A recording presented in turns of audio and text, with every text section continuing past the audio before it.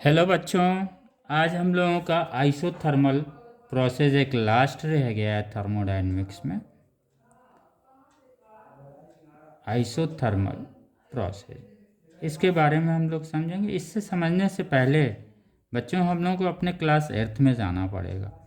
Class earth का जो हम लोगों ने ग्राफ पढ़ा हुआ था उसमें जाना पड़ेगा। जैसे हम लोगों ने बेटा ग्राफ पढ़ा हुआ था एक y इक्वल टू एक्स, जहाँ पे हम स्ट्रेट लाइन ग्राफ में हमें मिलता था। एक सेकेंड ग्राफ भी हम लोगों ने क्लास एर्थ में पढ़ा था y इक्वल टू 1/x। तो इस ग्राफ को हम समझ लेंगे तो आइसोथर्मल ग्राफ हमारे कॉन्सेप्ट्स क्लियर हो जाएंगे। ओके, तो हम लोग क्या करते हैं बेटा, y इक्वल टू अगर x है, this one it is x axis and this one is the y axis. Okay, if y equal to x का ग्राफ अगर हम ड्रॉ करें तो हमें पता है अगर x इक्वल टू 1 है तो y भी कितना होगा, 1 है। ये 2 है तो y भी कितना होगा, 2 होगा। अगर ये 3 है तो y भी कितना होगा। It means we will get a straight line, this one, this line is equal to y equal to x। हम लोगों ने स्ट्रेट लाइन पढ़ा भी हुआ था क्लास एर्थ में। उसका स्ट्रेट लाइन का क्या इक्वेशंस था, y equal to ax plus c, where a is some constant, c is some constant, x is the value of x and y both are variable। इससे हम लोग क्या मिलता था, हम लोगों को स्ट्रेट लाइन मिलता था। ओके, इस straight line y equal to अगर a 1 है, y इक्वल टू x है, then we will find again a straight line. Okay, तो इस स्ट्रेट लाइन को हम लोगों ने देख लिया। अब हम लोग लेते हैं y इक्वल टू 1/x। यहाँ पे बेटा डिफरेंट मिलेगा। इफ अगर x इक्वल टू 2 है देन y क्या होगा, y की वैल्यू कम आएगी, कितना आएगा, 0.5। इसी तरह से x इक्वल टू 3 है तो y की वैल्यू और कम होगी, राइट, 0.33 समथिंग। तो इस तरह से y इक्वल टू 1/x पे हमें ये मिल रहा है। अगर x इक्वल टू 0 है देन y इक्वल टू क्या हो जाएगा, इनफाइनाइट हो जाएगा। इट मीन्स अगर x की वैल्यू 0 है तो y क्या होगा, इनफाइनाइट होगा। इसका मतलब बेटा ये हुआ कि ये हमारा, अब हम कर्व को समझते हैं जो हमारा आइसोथर्मल, अगर इस कर्व को अगर हम लोगों ने समझ लिया तो आइसोथर्मल का जो कॉन्सेप्ट है हमें क्लियर हो जाएगा। This curve is important, y equal to 1/x।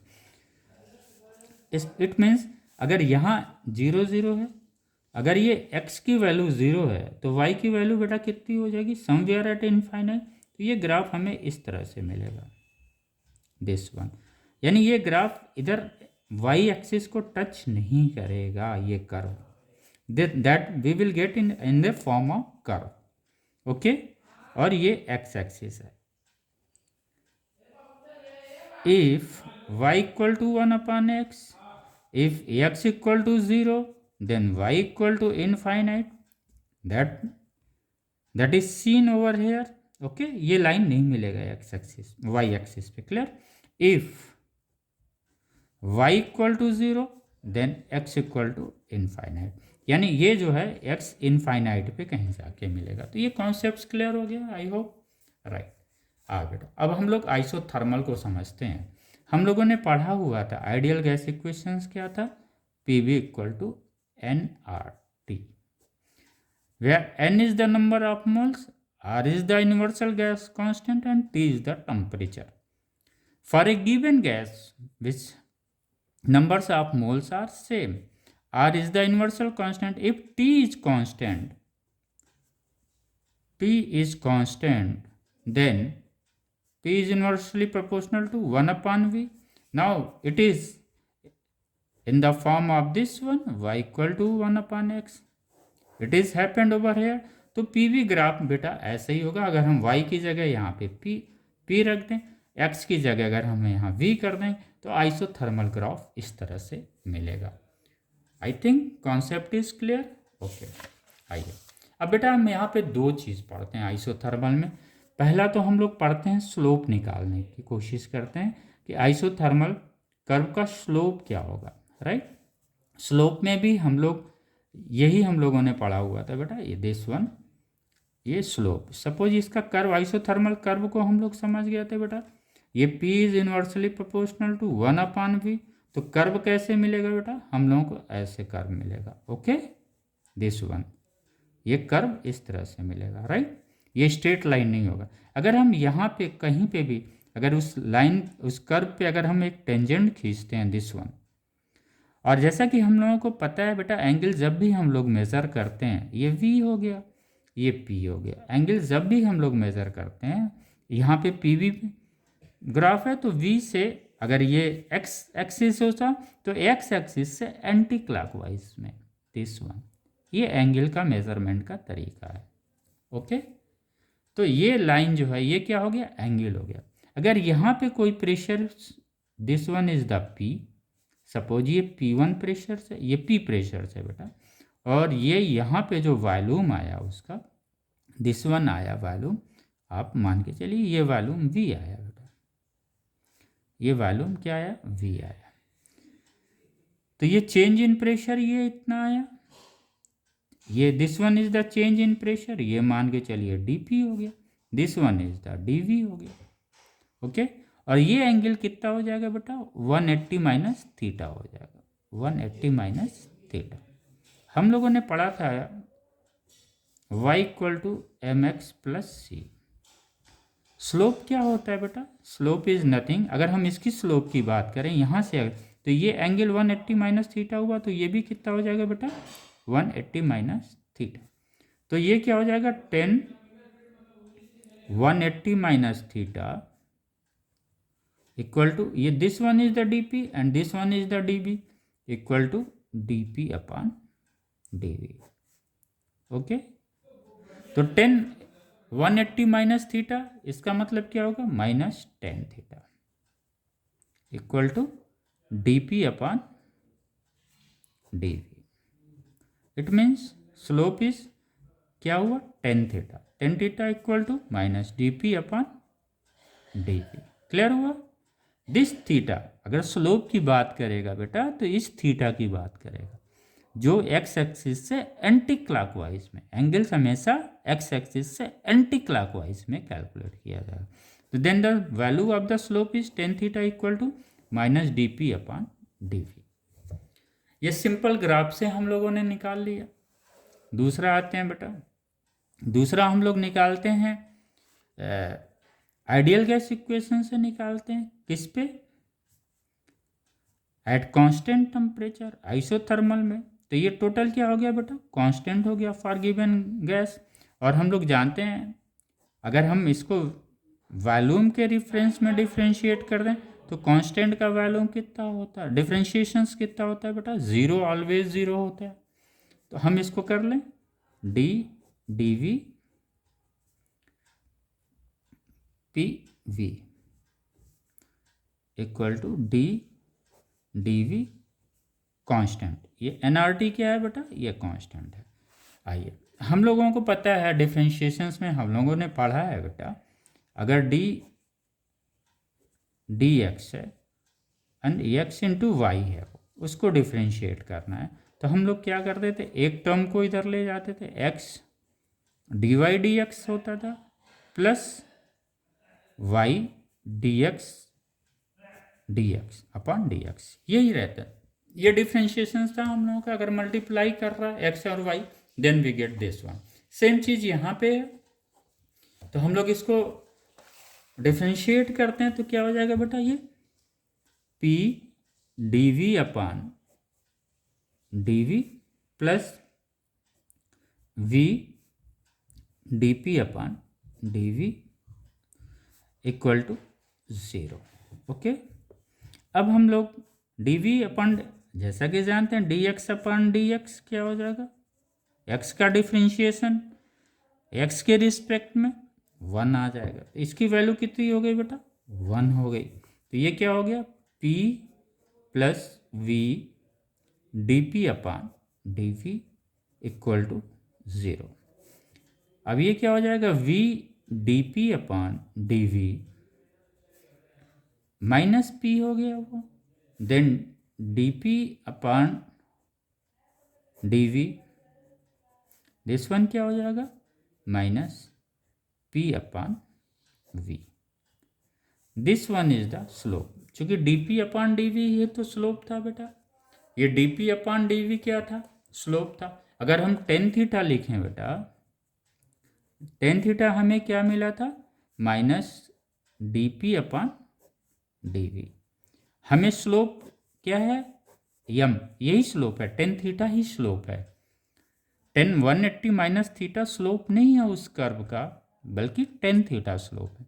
अगर हम यहाँ पे बेटा माइनस कर दें, minus d P upon D v, then ये क्या हो जाएगा, माइनस इंटू माइनस क्या हो जाएगा, प्लस हो जाएगा, प्लस पी अपान वी।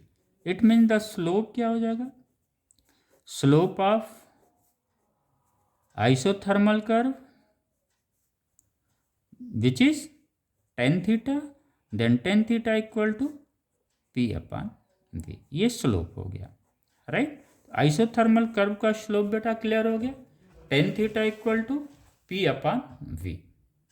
कैसे आया, यहाँ से हम लोगों ने ले लिया था ग्राफ से, 180 minus theta equal to d P upon D v, since 180 minus theta equal to minus tan theta, that is equal to d P upon D v. यहीं पे हम लोगों ने बेटा ये टेन थीटा की वैल्यू यहाँ से क्या आई थी, minus d P upon D v, differentiate करने पे d P upon D v कितना आया था, माइनस पी अपान वी। चूंकि स्लोप क्या है, टेन थीटा है, और टेन थीटा की वैल्यू कितनी है, माइनस, तो यहाँ पे माइनस से मल्टीप्लाई कर दिया, यहाँ पे माइनस से मल्टीप्लाई कर दिया, तो minus d P upon D v equal to क्या हो गया, प्लस पी अपान वी। इसलिए ये बेटा जो माइनस में कन्फ्यूजन होता है, ये कन्फ्यूजन आपके दिमाग में नहीं आना है, और आई होप कि अब आएगा भी नहीं, राइट। ये माइनस ये प्लस होगा, टेन थीटा क्या होगा, पी अपान वी, यहाँ पे क्या होगा, साइन प्लस हो जाएगा। तो स्लोप ऑफ आइसोथर्मल हम लोगों ने निकाल लिया, राइट, वेरी गुड। ग्राफ को बेटा फिर आपको रिकैप्चर करना पड़ेगा, क्लास एट्थ के ग्राफ को ही आपको रिमाइंड करना पड़ेगा। ओके, अब हम क्या निकालते हैं बेटा, आइसोथर्मल, थर्मल का मतलब क्या होता है, सिंपल टेम्परेचर होता है, या somewhere it is known as to heat also.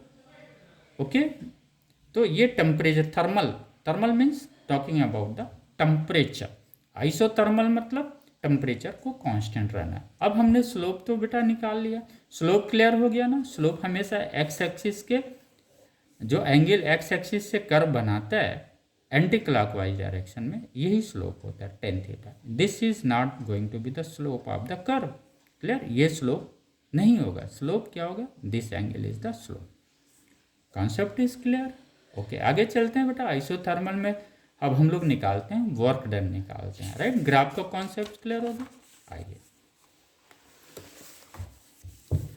ये बेटा पीवी डायग्राम हम लोग खींचते हैं। This one is the V volume, this one is the pressure of the gas, this is the volume of the gas.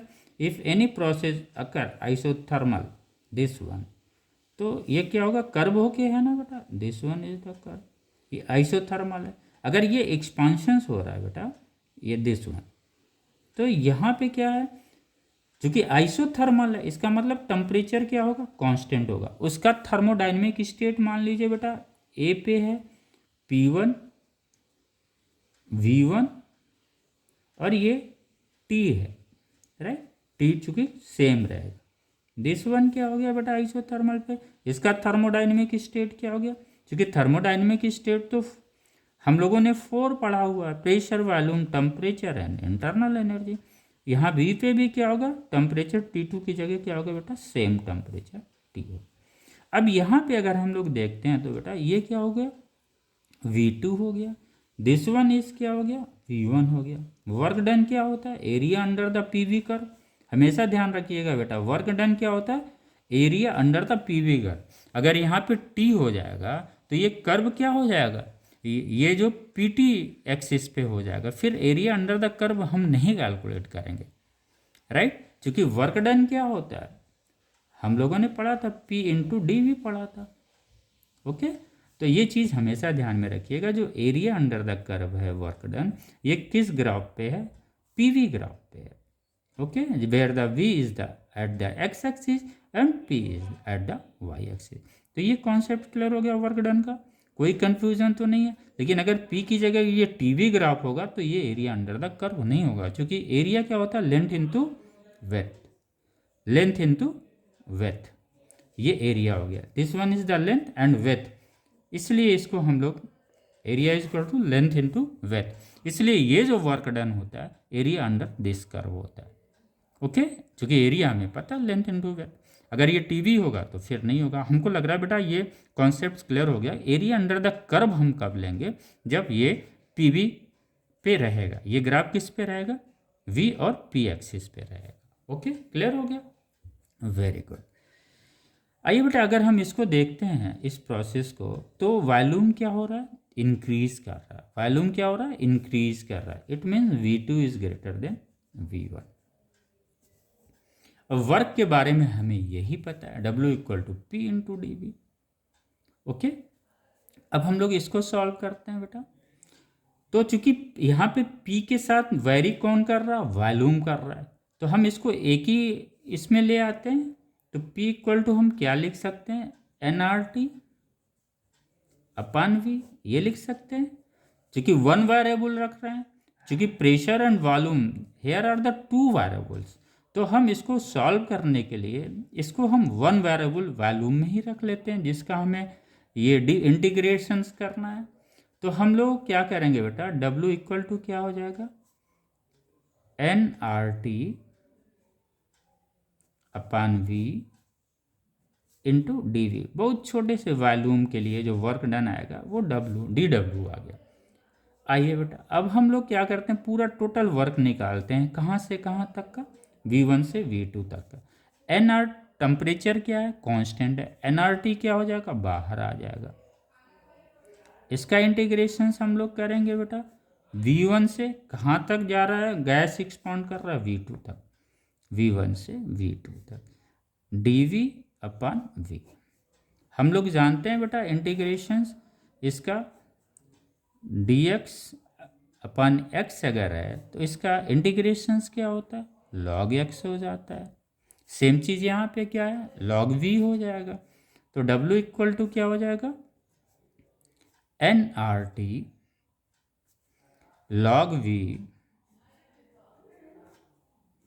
कहाँ से कहाँ तक, V1 से V2। यहाँ पे एक और मैथमेटिक्स हमको पता है, log A अपान B को हम ऐसे भी लिख सकते हैं बेटा, log A minus log B। यानी हम सब क्लास एर्थ का ही मैथ पढ़ रहे हैं। ये जो हमने y equal to 1 upon x पढ़ा था वो भी क्लास एर्थ में, log A अपान B वो भी हम लोगों ने क्लास एर्थ में पढ़ा था। और ये भी पढ़ा था log A इंटू बी क्या होगा, log A plus log B, log A plus log B। तो क्लास एर्थ का ही मैथ है, इसलिए बायो के स्टूडेंट इसको एक्स्ट्रा लेके नहीं चले। ओके, अब हम लोग करते हैं बेटा, NRT हो गया वो। अब हम लोग इसको एक्सपांड कर देते हैं, W क्या हो जाएगा, NRT log V2 हो जाएगा वो, ये माइनस log V1 हो जाएगा। दिस वन यही आया ना बेटा, वेरी गुड। अब हमको चूंकि ये पता है लॉग का रिलेशंस, दिस वन, ये रिलेशंस हम लोगों को पता है, log A upon B equal to log A minus log B। इसको हम लोग ऐसे ही कर लीजिए। देन W इक्वल टू क्या हो जाएगा, NRT log V2 अपान V1। क्लियर हो गया। ये तो जब गैस एक्सपांड हो रहा है तब हो गया वो, जहाँ पे V2 क्या है बेटा, ये फाइनल वॉल्यूम है, ये क्या है, इनिशियल वॉल्यूम है, राइट। अब आइए इसी का उल्टा जब हम लोग कंप्रेशंस करते हैं फिर समझ लेते हैं हम लोगों का क्या है। आइए ये V हो गया, ये P हो गया बेटा। अगर हम लोग आइसोथर्मल प्रोसेस को कंप्रेस करते हैं, दिस वन, और स्टेट सेम रखते हैं, ये स्टेट क्या हो गया, P2 V2 and T। Okay, state change नहीं किया, विदाउट स्टेट चेंजिंग हम लोगों ने इसको कंप्रेस किया। कंप्रेशंस का मतलब होता है work is done on to the system. Expansions का मतलब हुआ work is done by the system. Okay, हम स्टेट नहीं चेंज कर रहे हैं। अब हम लोग क्या देखते हैं बेटा, ये जो जा रहा है इसकी इनिशियल क्या है, V2 है, फाइनल वॉल्यूम क्या है बेटा, ये V1। सेम चीज़ हम लोग लगाते हैं। इनिशियली यहाँ पे क्या हो जाएगा बेटा, W इक्वल टू NRT हो गया, NRT हो गया। लेकिन कहाँ से कहाँ तक हुआ बेटा, इनिशियल कितना वॉल्यूम है, V2 है, यहाँ से कंप्रेस होके जा रहा है ना। यही चीज़ यहाँ पे थोड़ा सा आपको ये करना है। आइसोथर्मल एक्सपेंशंस में क्या था, एक्सपांशंस में ये वॉल्यूम क्या था, बढ़ रहा था V1 से V2। कंप्रेशंस में क्या हो रहा है, V2 से वॉल्यूम डिक्रीज होके कहाँ पे जा रहा है, V1 पे। तो ये चीज़ यहाँ पे इंटीग्रेशंस में ध्यान रखना है, V2 V1। ये बेटा हो गया dV upon V, right. Then W equal to क्या हो जाएगा, NRT लॉग, सेम चीज़ बेटा। अब यहाँ पे लॉग जो ये V हुआ कहाँ से कहाँ तक है, हमें V2 से V1 पे, यानी दिस वन हो जाएगा NRT log V1 minus log V2। Okay, फिर ये W इक्वल टू क्या हो जाएगा, NRT लॉग V1 अपान V2। ये किस में मिला बेटा, कंप्रेशंस में, जहाँ पे work is done on to the system, ये कंप्रेशंस में ये आता है, राइट। और हम लोगों ने एक्सपांशंस में क्या लिखा था, जहाँ पे work is done by the system था, यहाँ पे V2 था। फाइनल वॉल्यूम क्या था, यहाँ पे V2 था, तो ऊपर हो गया। यहाँ पे फाइनल वॉल्यूम हमें क्या मिला बेटा, V1 मिला। देन दिस वन एक लॉग का और ये है, इसको भी आप समझिए। अगर ये लॉग है बेटा A अपान B, ओके, इसको हम ऐसे भी लिख सकते हैं minus log B upon A। ये लॉग की प्रॉपर्टी क्लास 8th में ही हम लोगों ने ये पढ़ा हुआ है। तो बायो को स्टूडेंट को ये नहीं समझना, बस छोटा छोटा मोटा मोटा बेटा स्मॉल स्मॉल चीज़ें बस आपको मेमोरी में रखनी है, जो आपने क्लास 8th में पढ़ा था, ग्राफ पढ़ा था, वो हम लोगों ने क्लियर कर लिया। ये लॉग की दो प्रॉपर्टी यहाँ पे आई थी, वो हम लोगों ने क्लियर कर लिया। एक प्रॉपर्टी क्या थी, log A upon B equal to log A minus log B। दूसरी प्रॉपर्टी ये है, लॉग A अपान B को हम minus log B upon A लिख सकते हैं। इसका मतलब जो ये वर्क डन होगा किस पे होगा, work done on to the system हो रहा, by the external agent work हो रहा है। तो हम इसको बेटा ऐसे लिख सकते हैं, माइनस NRT लॉग V2 अपान V1। ये हमने क्यों लिखा बेटा, because of this property of the logarithm. I hope बेटा कोई कंफ्यूजन नहीं है। यहाँ पे वर्क डन क्या था, वर्क डन किसके द्वारा हो रहा था, सिस्टम के द्वारा हो रहा था, यानी work is done by the system. तो यहाँ पे क्या वर्क आया, पॉजिटिव आया। जब भी work is done on to the system, यानी कोई एक्सटर्नल एजेंट जब भी वर्क करता है तो इसकी वैल्यू किस में आती है बेटा, निगेटिव में आती है। तो आई थिंक वर्क का कॉन्सेप्ट आइसोथर्मल का क्लियर हो गया, वेरी गुड।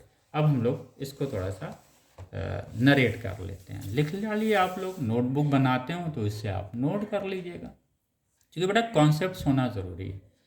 क्लास 8th का जो था ये हम लोगों ने एक डायग्राम बनाया था, y equal to 1 upon x को समझने की कोशिश किया गया था।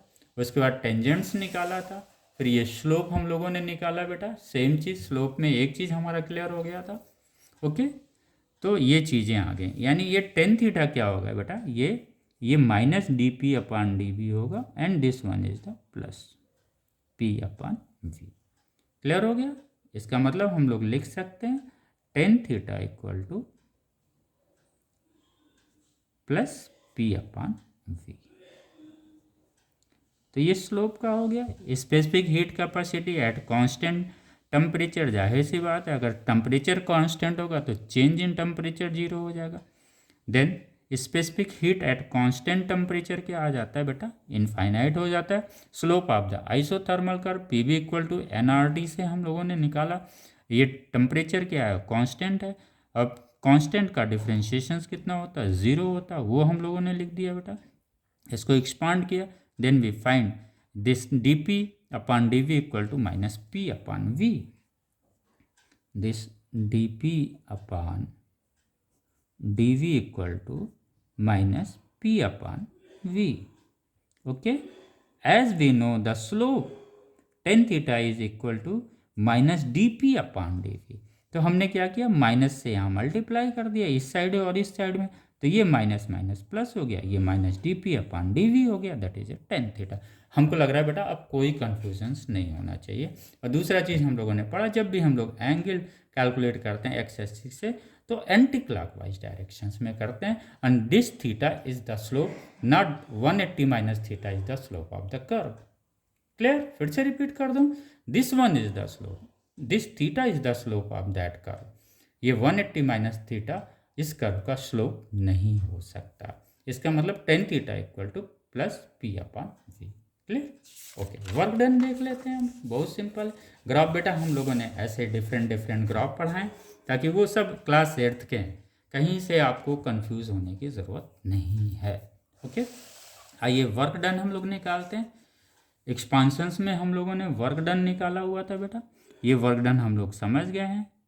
V1 से V2 जा रहे थे, जहाँ पे V2 क्या था, ग्रेटर था, इससे हम लोगों को वो वैल्यू मिल गई थी W equal to nRT, where T is the constant temperature log V2 upon V1, where V2 is the final value and V2 is greater than the V1. It means expansion is there. At constant temperature beta, as we know, internal energy of an ideal gas only and only depend on to the temperature. If the temperature is constant, then the change in internal energy is equal to 0. चूँकि at T temperature, if the internal energy is U initial, at the same temperature T, the final internal energy will be UF, both are the equal, henceforth the change in internal energy is 0. Then we can say in expansions क्या होता है, for the expansions gas expand कर रही है, उसका मतलब ये क्या कर रही है, ये जो वर्क कर रहा है, कौन वर्क कर रहा है बेटा, एक्सपांशंस में कौन वर्क करता है, सिस्टम वर्क करता है। into the expansions of the gas which is working, the system is working, not onto the system. Expansion means work is done by the system. Clear हो गया।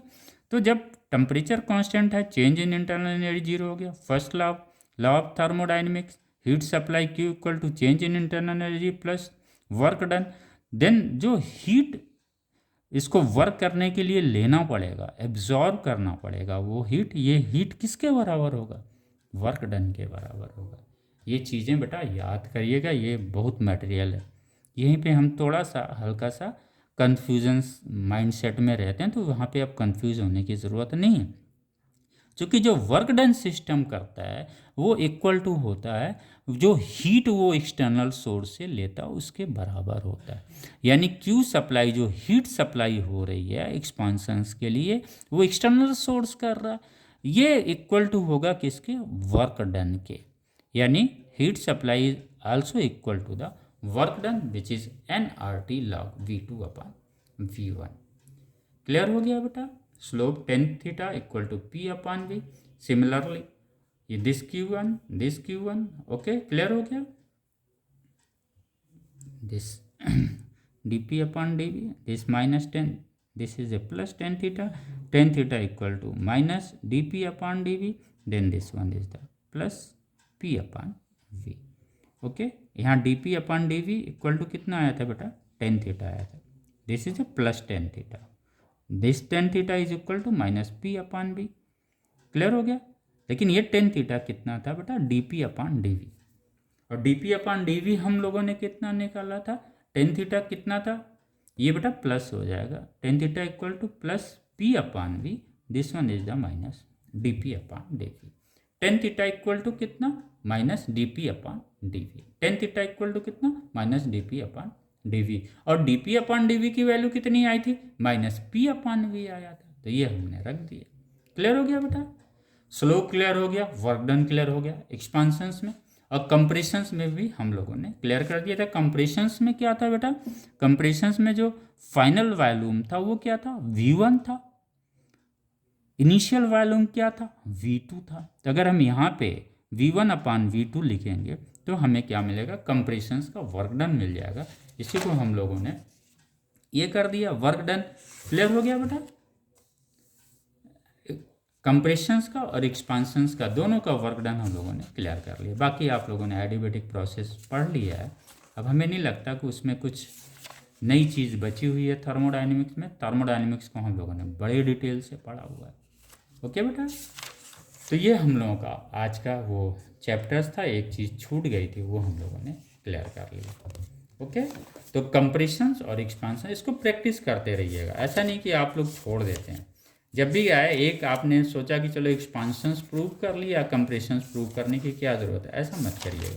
हमेशा प्रूव करते रहिएगा। इससे क्या होता है, प्रैक्टिस बनी रहती है। जैसे हम लोगों ने क्या किया था, कंप्रेशंस का भी हम लोगों ने प्रूव किया था ना। यहाँ पे आपके नोटबुक में एक्सपांशंस का था, कंप्रेशंस का था नहीं, कंप्रेशंस का आप यहाँ से ले लीजिए।